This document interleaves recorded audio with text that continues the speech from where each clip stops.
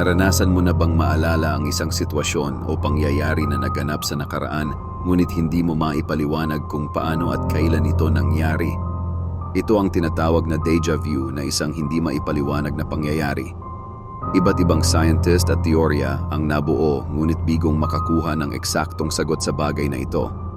Ngunit, ang teorya ay paano nga kung nabuhay ka noon sa ibang katawan at pagkatao kaya mo ito nararanasan? At kung sakaling ikaw ay pumanaw, ang maliwanag na ilaw na iyong makikita sa dulo ng tunnel ay mismong ikaw na bumabalik muli sa mundo bilang isang sanggol. Ang isa pa sa paliwanag ay kung ikaw ay may edad na 1 hanggang 3 taong gulang, ang iyong alaala ay unti-unting nabubura mula sa iyong nakaraang pagkatao, kung kaya't wala kang naalala kahit isang bagay.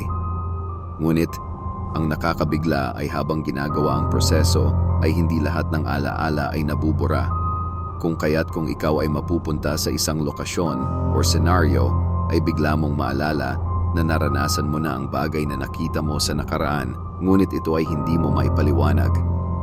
Tingin mo, ang deja vu nga ba ay isang normal na maling proseso sa utak ng tao, o ito ay senyales na ang mundong ito ay konektado sa Matrix,